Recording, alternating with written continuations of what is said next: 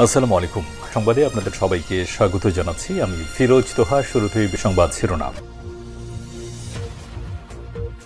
বাংলাদেশের সর্বশেষ গুরুত্বপূর্ণ আপডেট সংবাদে আপনাকে স্বাগত। শুরুতেই সংবাদ শিরোনাম, পরে বিস্তারিত। শুরুতেই জানাবো শেখ হাসিনার ছেলে জয়ের বৈঠক ও ৪৩ কোটি টাকা লুটপাটের কাহিনী। তথ্য প্রযুক্তি খাতে হাসিনা পুত্র একের পর এক দুর্নীতির খবর যখন বেরিয়ে আসছে, ঠিক তখনই সেই আমলের বৈঠক নামের একটি কনফারেন্সিং প্ল্যাটফর্ম থাকার পর নতুন একই ধরনের আরেকটি প্রকল্পে অর্থ বরাদ্দের নামে লুটপাটের ক্ষেত্র তৈরির অভিযোগ উঠেছে। এরপর জানাবো মতিঝিলে হামলার ঘটনায় দুইজনকে গ্রেপ্তার খবর জানালেন দুই উপদেষ্টা।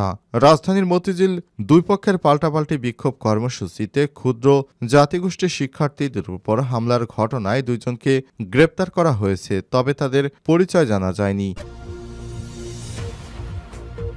এদিকে সংস্কার কমিশনের সুপারিশ, পাল্টে যাচ্ছে দেশের নাম, থাকছে না ধর্মনিরপেক্ষতা। পাল্টে যাচ্ছে দেশের নাম, থাকছে না ধর্মনিরপেক্ষতা এবং সমাজতন্ত্র।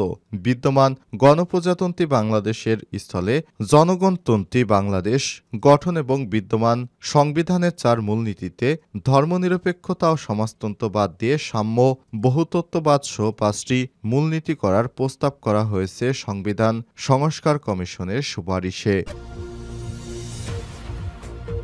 এদিকে মার্চে আসছেন পাক জেনারেল শাহির শমশদ। বাংলাদেশ ও পাকিস্তানের মধ্যে সামরিক ও কৌশলগত সম্পর্ক জোরদার করতে পাকিস্তানের জয়েন্ট চিফ অব স্টাফ কমিটির চেয়ারম্যান জেনারেল শাহির শমশদ মির্জা আগামী মার্চে বাংলাদেশ সফরে আসছেন। ঢাকা ও ইসলামাবাদের কূটনৈতিক সূত্রগুলোই খবর নিশ্চিত করেছে। এবারে জানাবো পাঠ্য বইয়ে নামের ভুলেও জড়িতদের শোকজ। জুলাই অভ্যুত্থানের পর নতুন আর পুরাতন ঘটনাপ্রবাহের মেলবন্ধন হয়েছে পাঠ্য বই সংশোধন, যেখানে ইতিহাসের বয়ানে ঠাঁই পেয়েছে হোসেন শহীদ সোহরাওয়ার্দী, শেরে বাংলা একে ফজলুল হক, মাওলানা আব্দুল হামিদ খান ভাসানী, কমরেড মনীষ সিং, অধ্যাপক মুজাফফর আহমেদ, মনোরঞ্জন ধর, সৈয়দ নজরুল ইসলাম, তাজউদ্দিন আহমেদ, জিয়াউর রহমান সহ বহু নেতা। হাসিনা পতনের পর ইতিহাসের পাতা থেকে বাদ যায়নি তার পিতা শেখ মুজিবুর রহমানের অবদানও, তবে মুক্তিযুদ্ধে রাজাকার ও আলবদরদের কুকীর্তি উল্লেখ থাকলেও বাদ পড়েছে জামাত ইসলাম ও গোলাম আজমের সংশ্লিষ্টতা। এ বিষয়ে ঢাকা বিশ্ববিদ্যালয় শিক্ষা ও গবেষণা ইনস্টিটিউট অধ্যাপক এস.এম. হাফিজুর রহমান বলেছেন, ইতিহাসের সঙ্গে ক্ষমতার রাজনীতি মিশিয়ে তা বিকৃত করা খুবই দুঃখজনক। জনগণের সঠিক ইতিহাস জানার অধিকার থাকা উচিত। এবং সর্বশেষ জানাবো সাইফ আলী খানকে একের পর এক ছুরিকাঘাত, হাসপাতালে ভর্তি। ভারতের মুম্বাইয়ে নিজ বাড়িতে দুর্বৃত্তদের ছুরিকাঘাতে আহত হয়েছেন অভিনেতা সাইফ আলী খান। বৃহস্পতিবার ১৬ জানুয়ারি রাত ২:৩০টার দিকে এই ঘটনা ঘটে।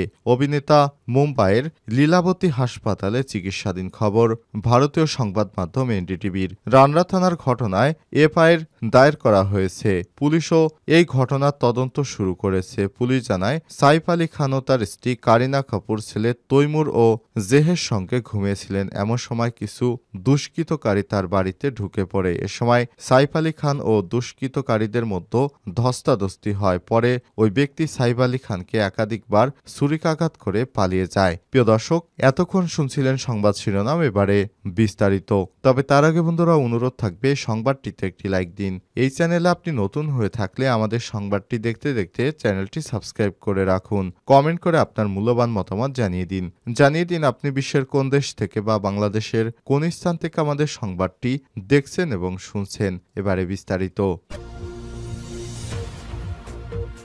জয়ের বৈঠক এবং ৪৩ কোটি টাকা লুটপাটের কাহিনী। তথ্য প্রযুক্তি খাতে হাসিনা পুত্র জয়ের একের পর এক দুর্নীতির খবর বেরিয়ে আসছে, ঠিক তখনই সেই আমলের বৈঠকের নামের একটি কনফারেন্সিং প্ল্যাটফর্ম থেকে আরও নতুন একই ধরনের আরেকটি প্রকল্পের অর্থ বরাদ্দের নামে লুটপাটের ক্ষেত্র তৈরির অভিযোগ উঠেছে। সংশ্লিষ্ট সূত্র থেকে জানা গেছে, ওপেন সোর্স ব্যবহার করে জুমের বিকল্প হিসেবে বৈঠকে নামের একটি প্ল্যাটফর্ম তৈরি তৈরি করেছিল দেশীয় প্রকৌশলীরা। আন্তর্জাতিক অঙ্গনে তথ্য প্রযুক্তি খাতে পুরস্কারগুলোর মধ্যে অন্যতম জাতিসংঘের world summit on information society WSIS পুরস্কার 2024 ইউনাইটেড পুরস্কার জিতেছিল এটি। পরে আধুনিকায়নের নামে এই প্ল্যাটফর্ম নতুন করে তৈরির একটি লুটপাটের প্রকল্প গ্রহণ করে পলাতক হাসিনা পুত্র সজীব ওয়াজেদ জয় এবং আইসিটি মন্ত্রণালয়ের সাবেক প্রতিমন্ত্রী জোনায়েদ আহমেদ পলক। বিসিসির নিজস্ব প্রকৌশলীদের তৈরি বৈঠকের নামের ওই প্ল্যাটফর্মটির সক্ষমতার মাত্র 5% এখনও ব্যবহার হচ্ছে না। অথচ এই প্ল্যাটফর্ম নতুন নাম ও নতুন মোড়কে 43.30 কোটি টাকা ব্যয় করে ফের তৈরির উদ্যোগ নেওয়া হয়েছিল। আওয়ামী লীগ সরকারের পতনের পরও বিসিসির কিছু কর্মকর্তাদের আগ্রহে সেই নতুন প্ল্যাটফর্ম তৈরির কাজ এখনও চলছে। প্রকল্পের এক কর্মকর্তা আমার দেশকে জানিয়েছে, এরই মধ্যে বরাদ্দ করা অর্থের 40% পরিশোধ করা হয়েছে। মতিঝিলে হামলার ঘটনায় 2 জনকে গ্রেপ্তারের খবর জানালেন 2 উপদেষ্টা। রাজধানী মতিঝিলে দুই পক্ষের পাল্টাপাল্টি বিক্ষোভ কর্মসূচিতে ক্ষুদ্র জাতিগোষ্ঠীর শিক্ষার্থীদের উপর হামলার ঘটনায় 2 জনকে গ্রেপ্তার করা হয়েছে, তবে তাদের পরিচয় এখনও জানা যায়নি। বুধবার 15 জানুয়ারি রাতে ফেসবুক পোস্টে আইন উপদেষ্টা অধ্যাপক আসিফ নজরুল ও উপদেষ্টা মাহফুজ আলম গ্রেপ্তারের বিষয়টি নিশ্চিত করেছেন। রাতে নিজের ভেরিফাইড ফেসবুক অ্যাকাউন্টে আসিফ নজরুল এই ঘটনার কয়েকটি ছবি শেয়ার করেন। ছবির ক্যাপশনে তিনি লিখেছেন, এই ঘটনার অবশ্যই বিচার হবে। 2 জন ইতিমধ্যে গ্রেপ্তার হয়েছে। আর উপদেষ্টা মাহফুজ আলম রাতে ফেসবুক পোস্টে লিখেছেন, ইতিমধ্যে 2 জনকে গ্রেপ্তার করা হয়েছে, অন্য যারা জড়িত তাদেরও গ্রেপ্তার করা হবে। এই ঘটনার পূর্বাপার তদন্ত হবে, আর রাজপথে কারো সন্ত্রাস বা চাঁদাবাজি চলতে দেয়া হবে না। এর আগে বুধবার সকালে পাঠ্যপুস্তক আদিবাসী সংবলিত গ্রাফিতি রাখা না রাখা নিয়ে মতিঝিলের জাতীয় শিক্ষাক্রম ও পাঠ্যপুস্তক বোর্ড এনসিটিবি ভবনের সামনে 2 পক্ষের বিক্ষোভ কর্মসূচি চলাকালে মারামারির ঘটনা ঘটে। এতে সাংবাদিক নারীসহ বেশ কয়েকজন আহত হন। পাঠ্যপুস্তকে আদিবাসী শব্দ প্রবেশ এবং জুলাই গণঅভ্যুত্থান বিরোধী অখণ্ড ভারতের কল্পিত গ্রাফিতি সংযোজনের সঙ্গে জড়িতদের শাস্তিসহ 5 দফা দাবিতে স্টুডেন্ট ফর সভারেন্টি নামের একটি সংগঠন বুধবার সকালে এনসিটিবির ভবন ঘেরাও করে। একই দিনে সংক্ষুব্ধ আদিবাসী ছাত্র জনতার ব্যানারে ক্ষুব্ধ জাতিগোষ্ঠী একদল লোক পাঠ্য বইয়ের গ্রাফিতি পুনর্বহালের দাবিতে এনসিটিবির সামনে কর্মসূচি পালন করতে যায়, তখনই হামলার ঘটনা ঘটে। পাল্টে যাচ্ছে দেশের নাম, থাকছে না ধর্মনিরপেক্ষতা। পাল্টে যাচ্ছে দেশের নাম, থাকছে না ধর্মনিরপেক্ষতা এবং সমাজতন্ত্র। বিদ্যমান গণপ্রজাতন্ত্রী বাংলাদেশ এর স্থলে জনগণতন্ত্রী বাংলাদেশ গঠন এবং বিদ্যমান সংবিধানের 4 মূলনীতি থেকে ধর্মনিরপেক্ষতা এবং সমাজতন্ত্র বাদ দিয়ে সাম্য বহুতত্ত্ববাদ সহ 5টি মূলনীতি করার প্রস্তাব করা হয়েছে সংবিধান সংস্কার কমিশনের সুপারিশে। এছাড়াও মূলনীতিতে দ্বিকক্ষ বিশিষ্ট সংসদের সুপারিশ করা হয়েছে, যার মেয়াদ হবে 4 বছর করে। সংসদের মতো রাষ্ট্রপতির মেয়াদও হবে 4 বছর। রাষ্ট্রপতি নির্বাচনে হবেন বৃহত্তর নির্বাচন মণ্ডলীর ভোটে। জীবদ্দশায় 2 বারের বেশি কেউ প্রধানমন্ত্রী ও রাষ্ট্রপতি হতে পারবেন না। তত্ত্বাবধায়ক সরকারের অধীনে সংসদ ও স্থানীয় সংসদ নির্বাচন অনুষ্ঠিত হবে। একটি জাতীয় প্রতিষ্ঠান হিসেবে 3টি অঙ্গের প্রতিনিধিদের সমন্বয়ে জাতীয় সাংবিধানিক কাউন্সিল গঠিত হবে। বিচার বহির্ভূত হত্যা, গুম ও অমানবিক নির্যাতন, অর্থ পাচার সহ অযোগ্য বিবেচিত হবেন কোনো সীমালঙ্ঘনকারী বা মানবাধিকার লঙ্ঘনকারী, সে যে দলেরই সদস্য হোক না কেন। 40% ভোট না পড়লে পুনরায় নির্বাচন হতে হবে। এসব সুপারিশ এসেছে অন্তর্বর্তীকালীন সরকারের গঠিত 4টি সংস্কার কমিশনের সুপারিশে। এসব বিষয় নিয়ে তারা কাজ করবে বলে জানানো হয়েছে।